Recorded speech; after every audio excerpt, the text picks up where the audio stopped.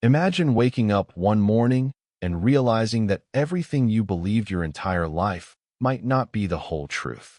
Not because someone forced you to question it, not because you were weak or lost, but because something deep inside you, something you can't explain with logic alone, started pulling you in a direction you never expected. That is exactly what happened to me. And today I am going to tell you the full story. A story about faith, doubt, courage, and the most personal journey a human being can ever take. Stay with me, because this story is going to challenge the way you think about religion, identity, and what it means to believe in something truly. My name is Yusuf. I was born into a Muslim family in a city where the call to prayer was the soundtrack of my childhood. Every morning before sunrise, that sound would float through my window, and I would hear my father already awake, already on his prayer mat, already in conversation with God. Islam was not just a religion in our home. It was the air we breathed. It was the reason we ate, dressed, and greeted each other in the way we did. It was everything. I never questioned it as a child. Why would I? When you grow up inside something so complete, so total, so all-encompassing, questioning it feels like questioning gravity. You do not ask why things fall. They do. And God was like that for me. Allah was simply there, the way the sky is there, the way your heartbeat is there. You do not debate your own heartbeat. I was a good student of the faith. By the age of 10, I had memorized large portions of the Quran. My teachers praised me. My father would look at me with this quiet pride that I lived for. I wanted to be the kind of man he was. Certain, steady, anchored. When he prayed, you could feel the stillness in the room. His faith was not fragile or complicated. It was like a mountain, and I wanted to be that mountain too. School was a different world, though. I grew up in a country where Muslims were a minority, and even though my family was respected in our neighborhood, I was always aware of being different. The kids at school ate different food, celebrated different holidays, and talked about God in ways that sounded foreign and strange to me. Some of them did not believe in God at all. That blew my mind as a child. How could you not believe in God? It was like saying you did not believe in the ground beneath your feet. I had a friend in school named David. He was Christian, the son of a pastor, actually, and we became close in that way that kids become close when they are both outsiders in their own ways. He was quiet and thoughtful, and we used to talk for hours about everything. Sports, music, life, and sometimes, almost accidentally, about faith. He never pushed his beliefs on me. He was not that kind of person. But he would share things, stories from the Bible, things his father had preached, and I would listen with genuine curiosity. I was not threatened by it. I was just interested. I remember one afternoon we were sitting on the steps outside the school library, and he told me about the story of the prodigal son. For those who do not know it, it is a story about a son who takes his inheritance early, wastes it all, ends up in the worst possible situation, and then decides to go back to his father, expecting to be treated like a servant because he knows he does not deserve to be called a son anymore. But the father sees him coming from far away and runs to him, and throws his arms around him and celebrates. David told me that story, and I sat there quietly for a long time. Something in it moved me in a way I did not fully understand. In Islam, the concept of God is majestic and transcendent. Allah is the all-powerful, the all-knowing, the one who has no equal and no partner. And you approach that God with reverence, with submission, with the deep awareness of your own smallness. There is beauty in that, real beauty. I am not dismissing it. But the image of a father running toward a broken, filthy, shame-covered son and embracing him before a single word of apology is even spoken, that was a picture of God I had never encountered before. And it planted a seed in me. Tiny, barely noticeable, but a seed. I went home that evening and said nothing about it. I prayed my prayers. I ate with my family. Life continued exactly as it always had. But I kept thinking about that story. I kept seeing that father running, and I did not know what to do with it. Years passed. I got older, more serious, more committed to my faith. I went through a period in my late teens where I became more religious than I had ever been. I started reading deeper Islamic theology, studying the Hadith, and going to additional study circles at the mosque. I think part of me was trying to outrun that little seed. If I could just build enough certainty, enough knowledge, enough practice, I would not have to sit with the questions that were quietly forming inside me. But questions have a way of surviving the walls you build around them. At university, I studied philosophy. Bad idea, some people would say, if you want to keep your faith simple. Good idea, I would say, if you want a faith that can actually survive the real world. Philosophy cracked me open, not in a destructive way, but in the way that a seed cracks open before it can become a plant.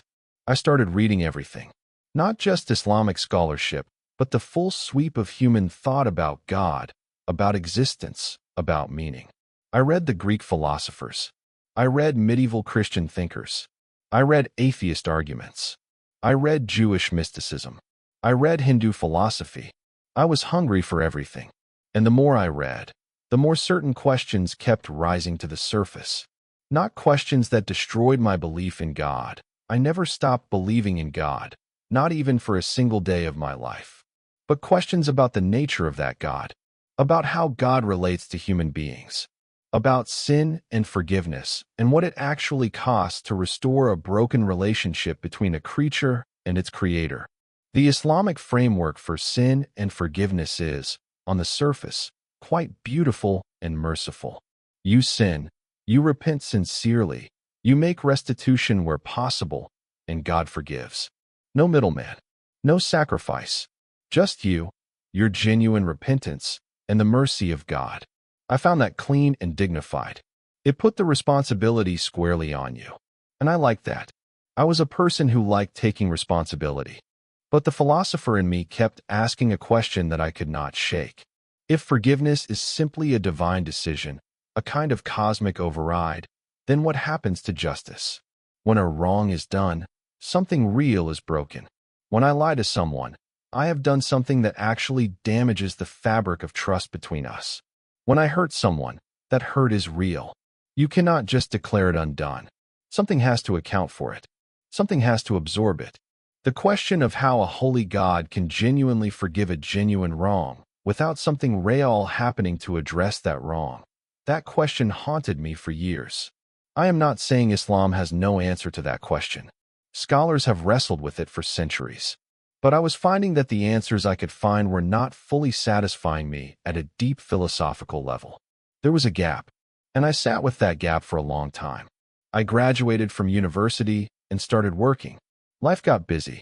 The philosophical questions faded into the background the way philosophical questions always do when you have rent to pay and a career to build. I got married to a wonderful woman from a Muslim family.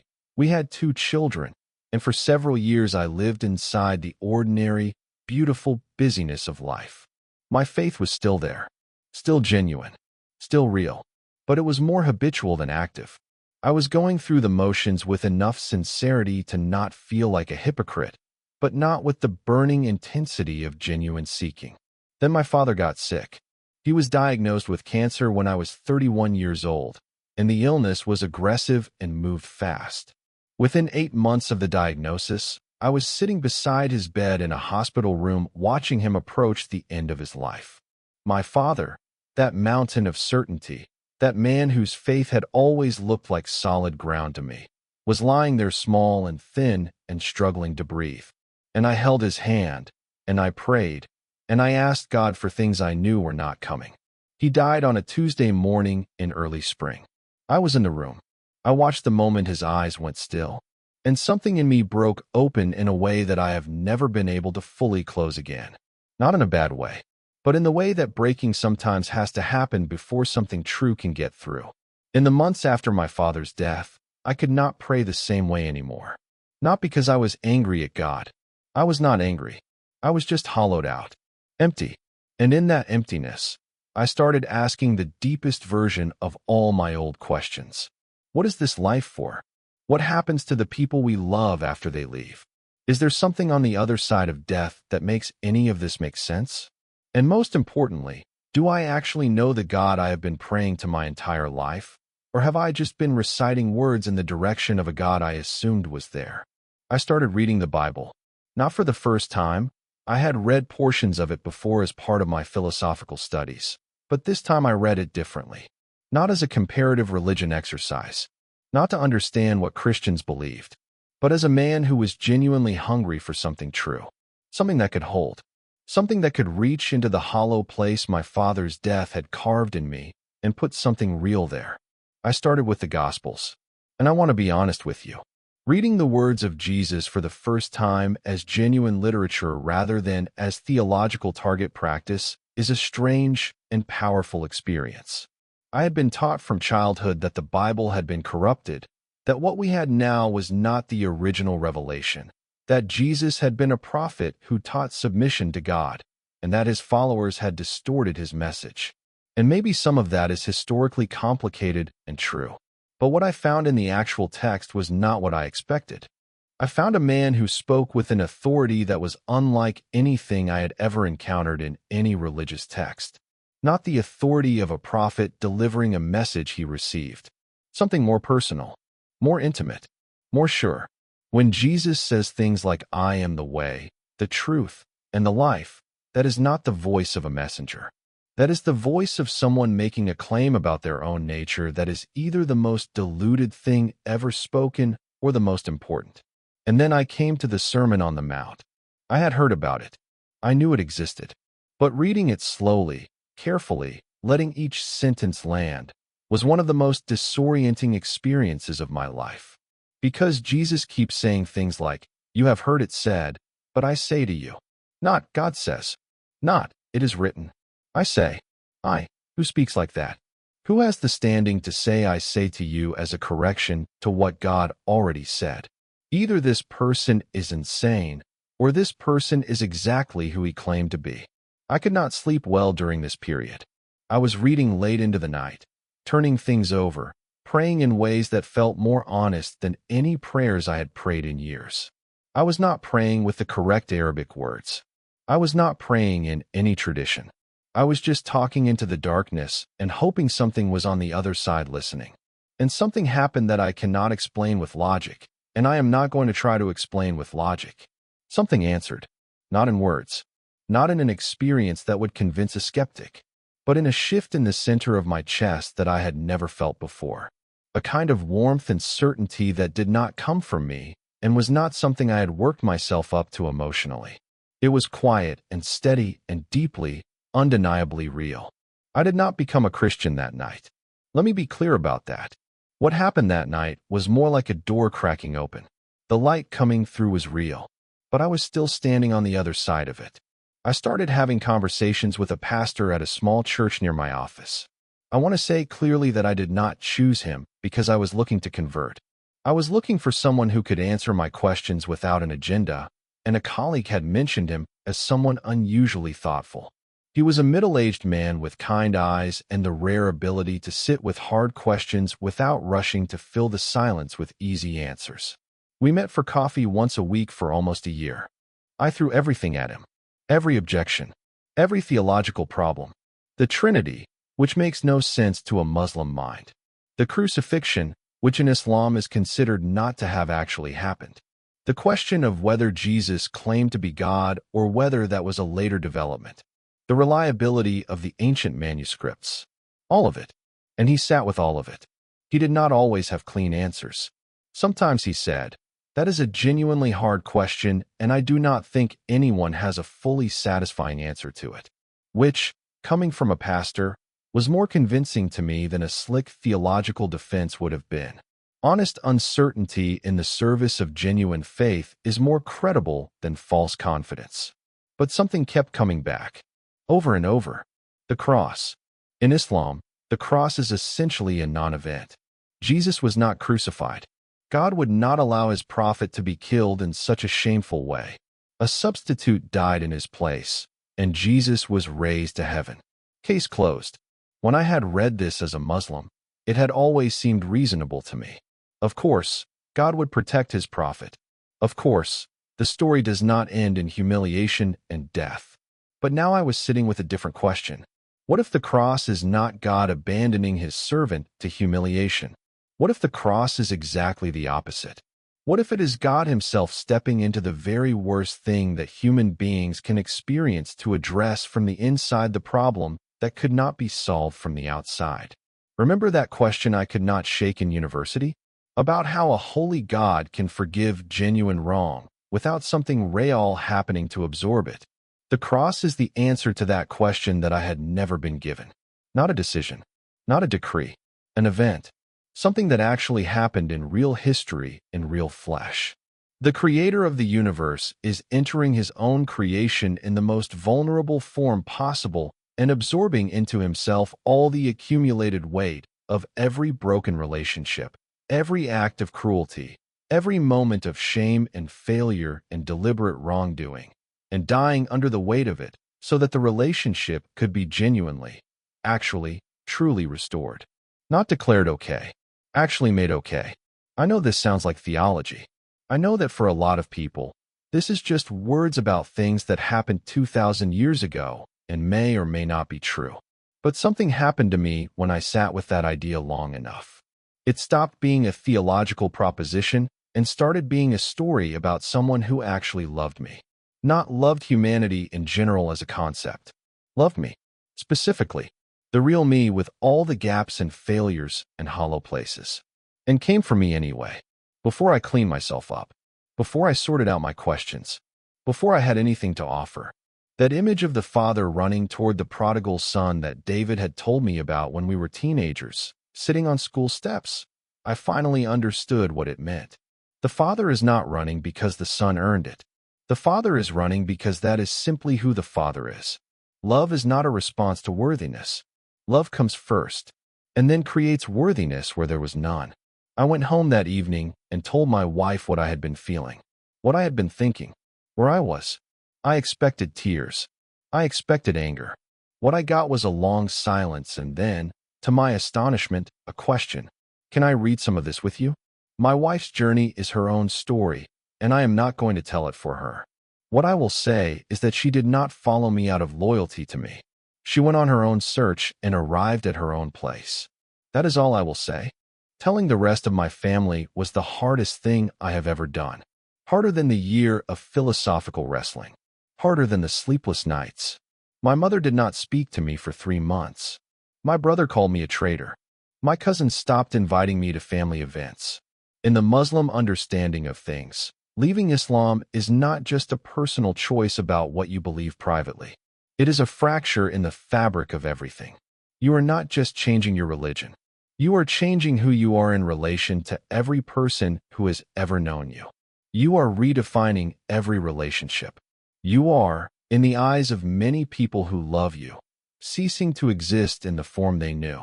I want to stop here and say something important. I do not tell this part of the story to make Islam look bad. I have Muslim friends and family members who are beautiful, loving, faithful people.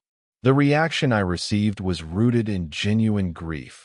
Genuine fear for my soul as they understood it, and genuine love expressed in the only framework they had available. Judgment from the outside is easy. Understanding from the inside takes longer.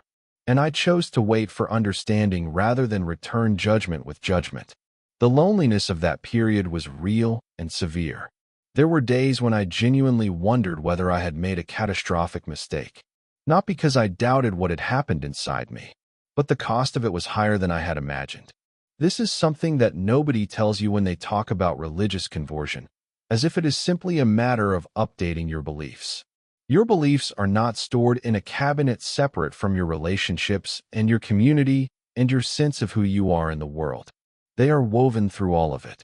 When you change what you believe about the deepest things, you are pulling on a thread that runs through everything.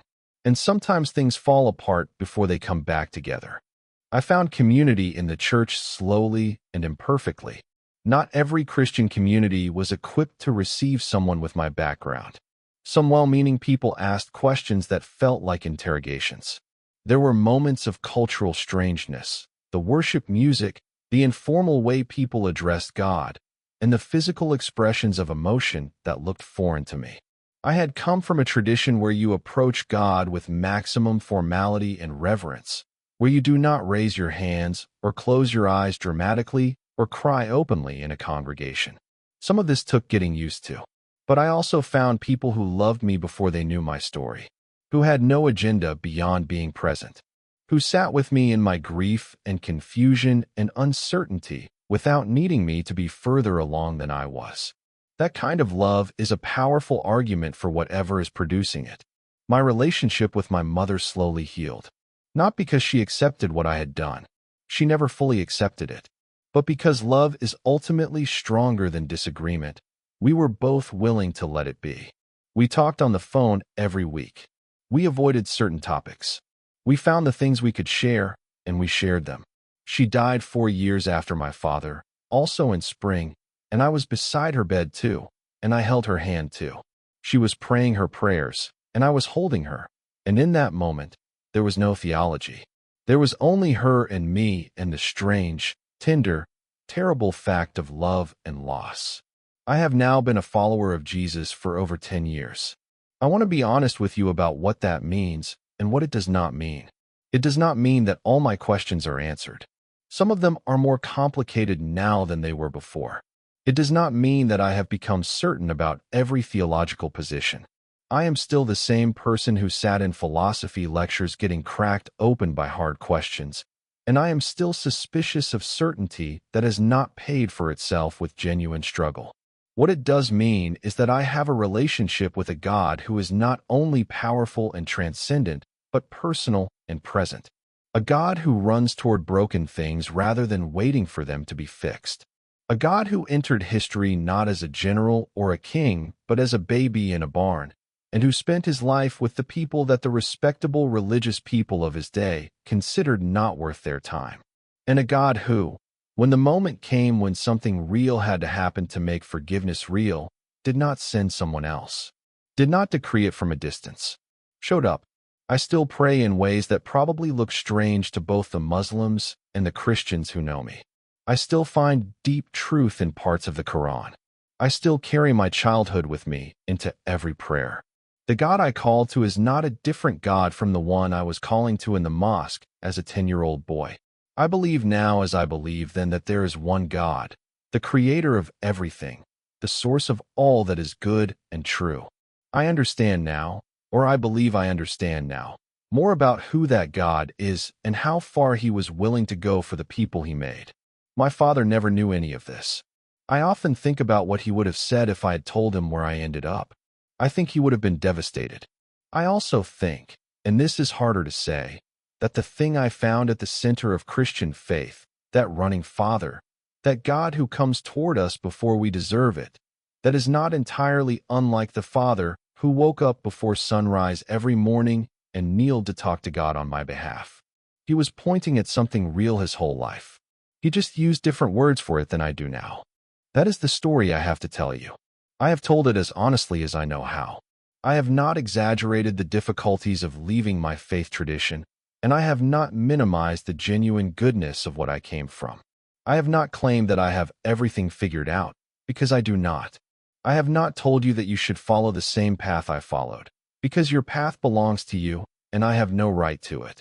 What I have told you is that the question of what is true about God is worth taking seriously, worth staying up late for, worth risking something for, not just as an intellectual exercise, but as the most personal and urgent question a human being can ask, because we are the kind of creatures who die.